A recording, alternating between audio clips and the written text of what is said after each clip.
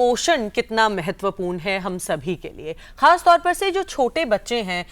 कई ऐसे वर्ग हैं कि उनके पोषण पे वो ध्यान नहीं दे पाते हैं। 6 महीने तक जैसे कहा जाता है सिर्फ और सिर्फ माँ के दूध को ही उनके आहार के रूप में देना चाहिए। कई लोग कहते हैं शहद नहीं देना चाहिए, या बहुत सारी ऐसी अवधारणाएं हैं।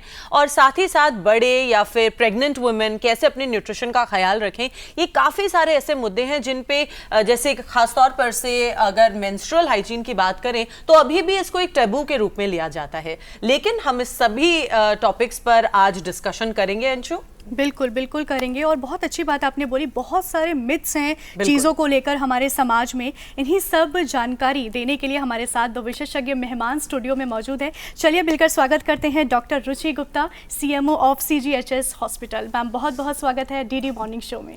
साथ ही हमारे साथ हैं doctor Punita Gupta, who is a gynaecologist, and we have doctor Ruchi Gupta, CMO CGHS। Ma'am welcome to the show.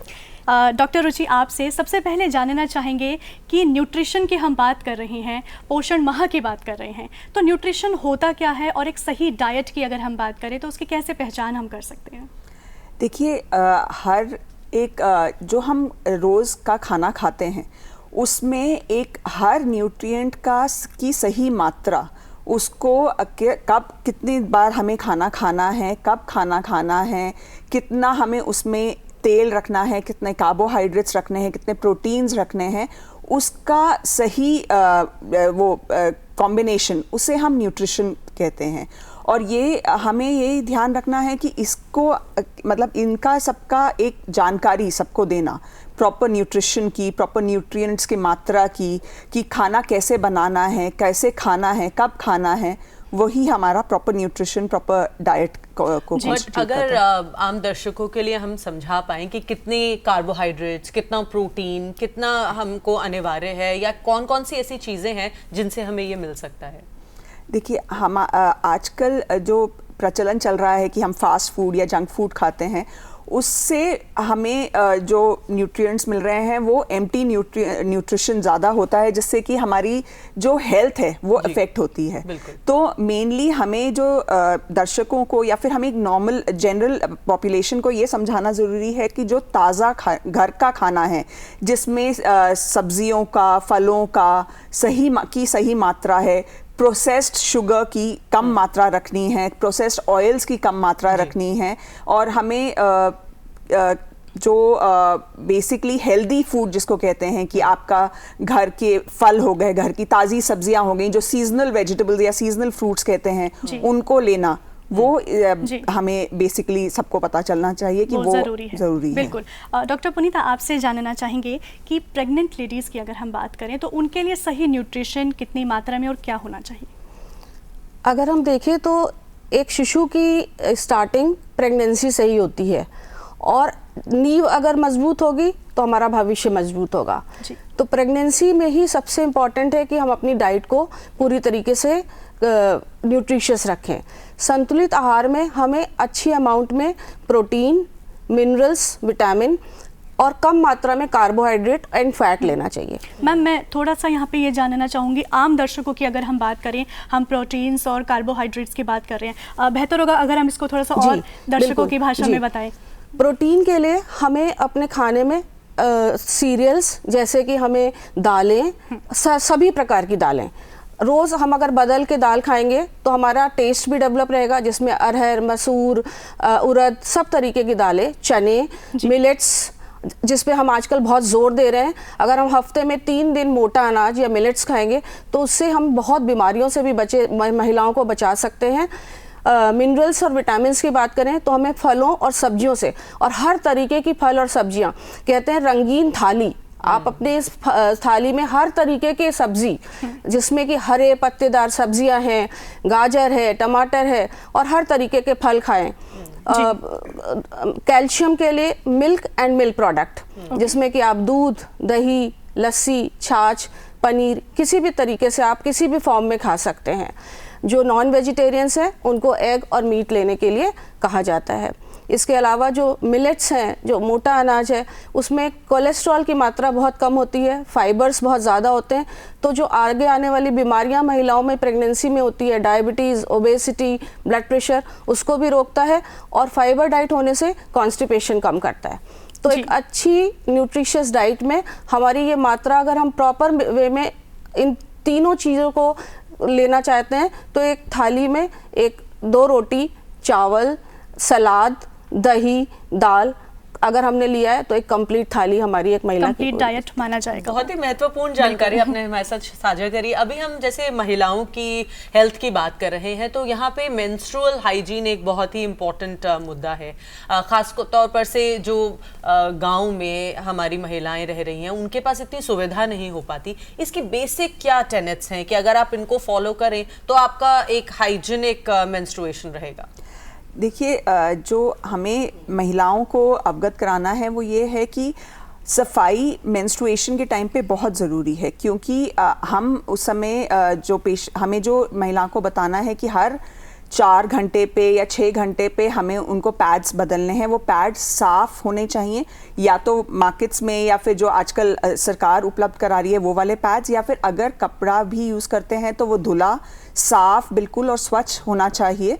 और उसको हर फ्रीक्वेंटली बदलना है, 4 से 6 घंटे पे बदलना है। नहाने का ध्यान रखना है, कपड़े साफ पहनने हैं, कॉटन कपड़े ज़्यादा पहने उस समय, जिससे कि पसीना से या फिर ब्लीडिंग जो है उससे उनको रैशेस ना हो, उनको इन्फेक्शन ना हो। इस चीज़ का बहुत ज़्यादा ध्यान रखना होता है। जी डॉक्टर पुनीता, आपसे जानना चाहेंगे, हमने बात करी मासिक धर्म के बारे में, तो आजकल बहुत देखा जा रहा है आज के दौर में बहुत सी महिलाओं और बच्चियों को भी आजकल ये प्रॉब्लम होने लगी है। इर्रेगुलर साइकिल्स की बहुत गंभीर समस्या देखने को मिली है। क्या इसके पीछे का कारण आपको लगता है? जीवन शैली में जो अनियमितताएं आती जा रही हैं, वो एक बहुत बड़ा कारण हमारी बच्चों में इर्रेगुलर मेंस्ट्रुएशन का होता जा रहा है। हालांकि कुछ कारणों में पैथोलॉजिकल कारण भी हो सकते हैं, पर जिस तरीके से हम जीवन शैली में देर से सोना, उठना, आहार, जंक फूड का सेवन करने लगे हैं, उसकी वजह से आप देखेंगे ओबेसिटी बहुत इम्पॉर्टेंट रीज़न हमारे बच्चों में इरेगुलर कारण बनता जा रहा है। साथ में फिज़िकल एक्टिविटी का कमी होना, समय का अभाव होना, या कह लें कि आप बच्चे ऑनलाइन गेम्स पे ज़्यादा इंटरेस्ट लेने लगे, फिज़िकल एक्टिविटी पे कम उनका समय देते हैं। साथ में खान पान में उन्हें घर के खाने की बजाय बाहर का खाना, बाहर की चीज़ें ज़्यादा वो करती हैं। तो हम बच्चों से रिक्वेस्ट करेंगे और अपील करेंगे कि वो घर का खाना खाएं, पौष्टिक आहार लें, फिजिकल एक्टिविटी बढ़ाएं, जिससे उनके इरेगुलर साइकिल्स का जो एक कारण ओबेसिटी होती जा रही है उससे वो बच सकते हैं। जी मैम, अभी जैसे मेंस्ट्रुएशन के दौरान खास तौर पर से क्या खाने में वो ध्यान रखें जिससे उनका ये जितने भी दिन हैं वो थोड़ा कंफर्टेबल बीते? देखिए, जब मेंस्ट्रुएशन होता है तो उसके साथ साथ बहुत लड़कियों को, बहुत औरतों को डिस्मेनोरिया, जिसको कहते हैं पेट दर्द की प्रॉब्लम रहती है। तो ऐसे में हल्का खाना और फ्रीक्वेंट, हम कहते हैं स्मॉल फ्रीक्वेंट डाइट्स जिसको कहते हैं, कि हल्का खाएं और फ्रीक्वेंटली खाएं, और तेल मसाले कम रखें उस समय, क्योंकि जिससे कि एसिडिटी ना हो, और एसिडिटी जो है वो डिस्मेनोरिया या पेट दर्द को और बढ़ाती है। तो बेटर यही रहता है कि उस समय हल्का खाना खाएं, बिना तेल मसाले वाला खाना खाएं, और वार्म चीज़ें खाएं, ठंडी चीज़ें थोड़ी अवॉइड करें, उससे बेटर है, उससे डिस्मेनोरिया और उसमें काफ़ी रिलीफ मिलता है। बिल्कुल मैम, चर्चा में आगे बढ़ेंगे, लेकिन उससे पहले हमारे साथ एक कॉलर जुड़ गए हैं राजस्थान से। जी, अगर आप तक आवाज़ पहुंचती है तो अपना सवाल पूछें। हाँ जी, मेरा नाम जगमीत सिंह है और मैं श्री गंगानगर से बात कर रहा हूँ, राजस्थान से। पहले आपको और आपके पूरे परिवार को नमस्कार करता हूँ, और फिर डॉक्टर जो आए हैं आपके शो में उनको भी नमस्कार मेरी तरफ से। जी नमस्ते, शुक्रिया।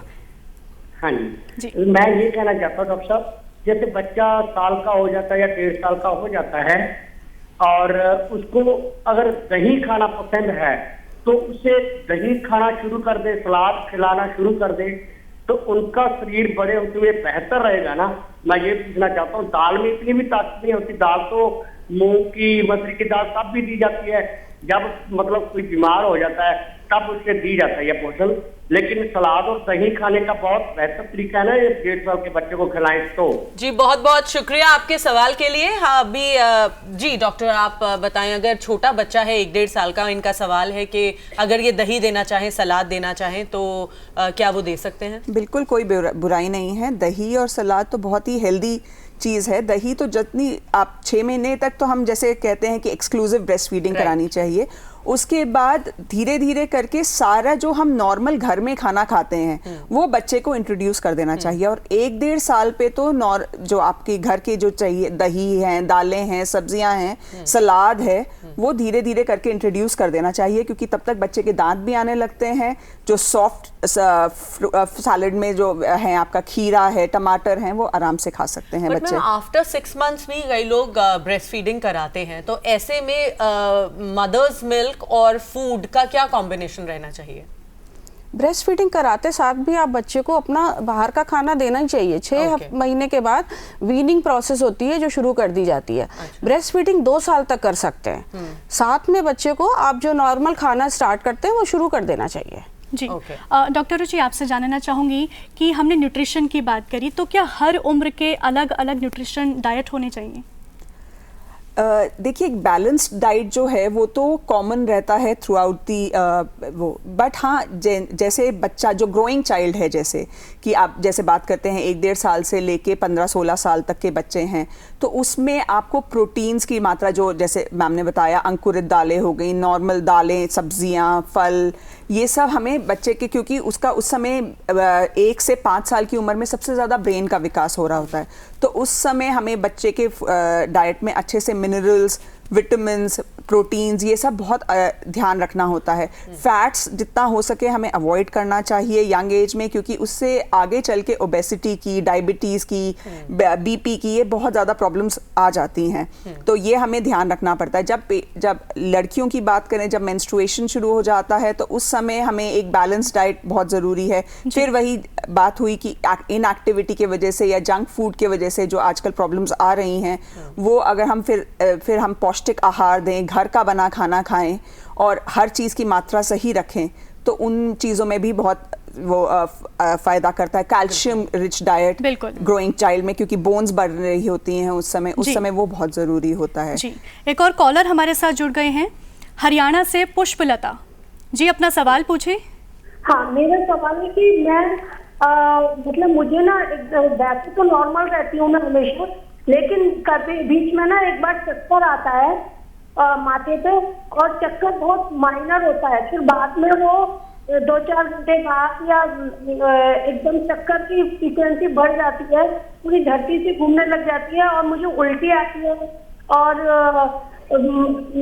बस मैं कुछ कर नहीं पाती हूँ। और 2-3 दिन ऐसे प्रॉब्लम रहते, और उस वक्त बीच बीच में कभी कभी बीपी भी शूट होता है, लेकिन बाकी टाइम में मुझे कभी कुछ नहीं होता। 3-4 महीने में एक बार ऐसा हो रहा है पिछले 1.5 साल से, तो बाकी टाइम में कुछ नहीं होता, मैं नॉर्मल रहती हूँ। तो ये मोनोपॉज से रिलेटेड है क्या है?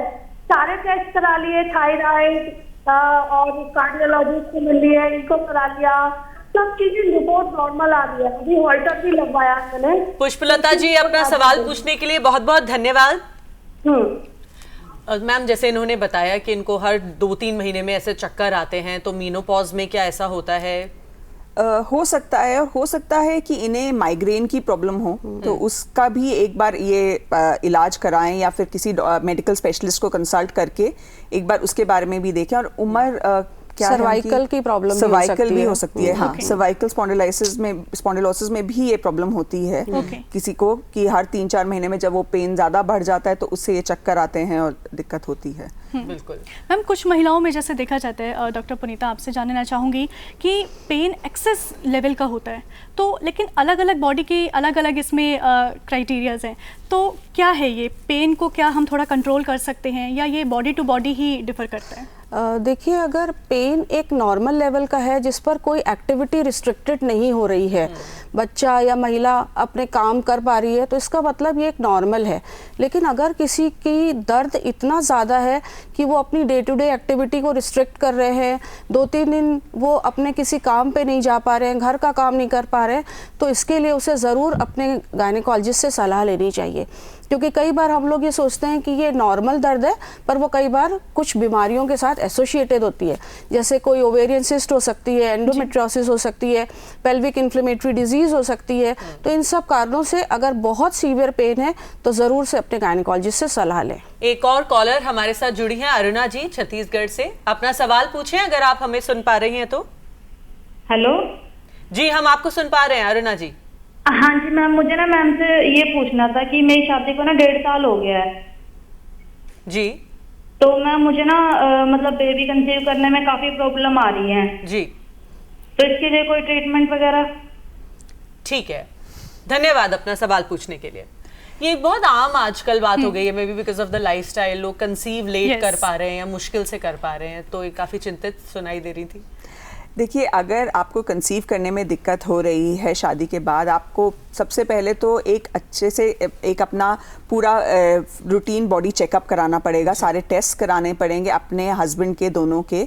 अगर वो सब कुछ नॉर्मल है तो ये समझना पड़ेगा कि हर महिला का एक पर्टिकुलर फर्टाइल पीरियड होता है हर महीने में, वो कब है उनका, उसमें फिर उनको स्टडी होती हैं जो कि देखा जाता है कि बच्चे की अंडा बन रहा है कि नहीं बन रहा, अंडा अपने आप फूट रहा है कि नहीं फूट रहा। वो पूरा एक प्रोसेस होता है जो कि एक गायनेकोलॉजिस्ट के सुपरविजन के अंडर उन्हें पूरा अपना एक टेस्ट कराकर अपना एक पूरा वो कराना पड़ेगा।